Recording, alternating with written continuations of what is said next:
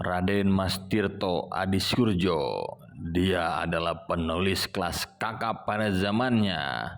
Seringkali lewat tulisannya Belanda getir, bahkan stres karena terungkap berbagai macam skandal. Raden Mas Tirto Adisurjo lahir di Blora, Jawa Tengah tahun 1880. Dia adalah anak dari Raden Ngabehi Muhammad Can Tirto Dipuro dan cucu dari Raden Mas Tumenggung Tirtonoto. Sepak terjangnya menginspirasi Pramudia Anaturu untuk membuat sebuah novel berjudul Tetralogi Buru. Tokohnya adalah Minke. Ya, sosok Minke identik dengan Mas Tirto Adisurjo. Meski memiliki latar belakang sebagai priai yang seharusnya melanjutkan pendidikan di bidang pemerintahan, Tirto memilih untuk mengejar pendidikan kedokteran di Stovia, Batavia sejak 1893 hingga 1900. Tirto jadi pionir dalam menggunakan surat kabar sebagai alat propaganda dan sarana membentuk opini publik pada masa penjajahan.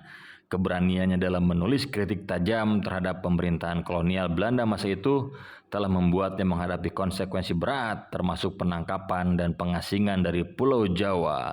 Bagi Tirto, peran pers seharusnya berfokus pada pengembangan dan pemahaman akan hak-hak serta martabat rakyat.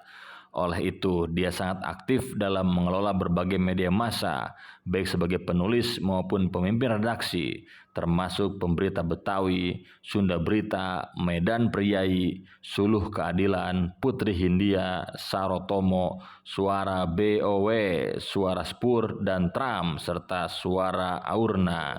Yang memilih tugasnya sebagai wartawan dapat menjadi sarana untuk memberikan kesadaran kepada masyarakat dalam menghadapi berbagai persoalan yang muncul. Tirto memulai karirnya di dunia jurnalistik saat dia menjadi kepala redaksi surat kabarnya yang bernama Sunda Berita tahun 1901. Sunda Berita merupakan surat kabar pertama yang sepenuhnya dikelola langsung oleh orang pribumi.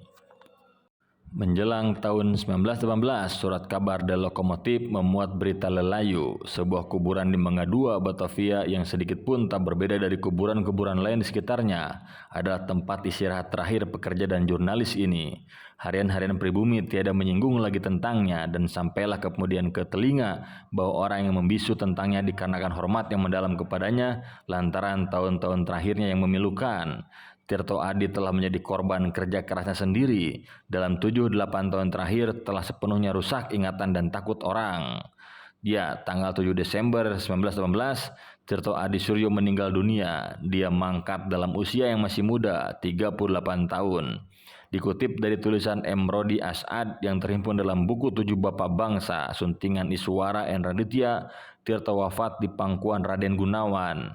Mas Tirto meninggal di tangan saya karena disentri, ucap jurnalis dan aktivis pergerakan yang sempat bersaing dengan Cokro Aminoto di Sarekat Islam ini.